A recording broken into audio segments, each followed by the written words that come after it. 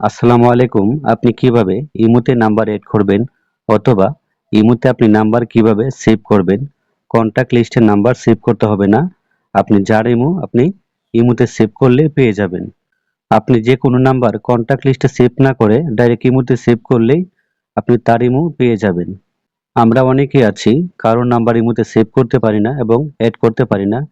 কিভাবে এড করবেন এজন্য ভিডিওটি সম্পূর্ণ দেখবেন। আমি প্রথমে ইমোতে ক্লিক করলাম।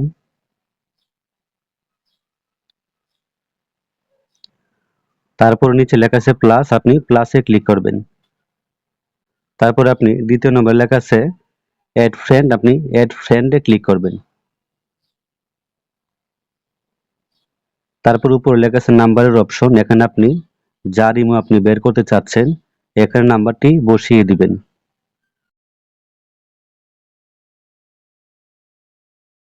এখানে আপনি যার ইমো বের করতে চাচ্ছেন এখানে নাম্বারটি বসিয়ে নিচে লেখা আছে অ্যাড, আপনি অ্যাডে ক্লিক করে দিবেন।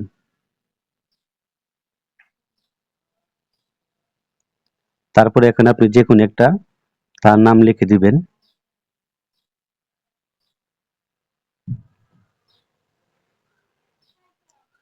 নাম লেখার পরে এখানে আপনি সেভ করে দিবেন। এভাবেই কিন্তু আপনি যে কোনো নাম্বার দিয়ে আপনি ইমো সেভ করতে পারবেন অথবা অ্যাড করতে পারবেন।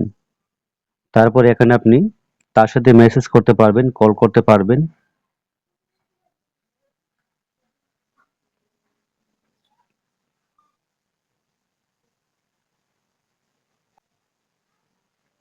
তো এই ছিল মূলত আজকের ভিডিও। যদি ভিডিওটা ভালো লাগে চ্যানেলটি সাবস্ক্রাইব করবেন, ভিডিওতে একটা লাইক দিবেন।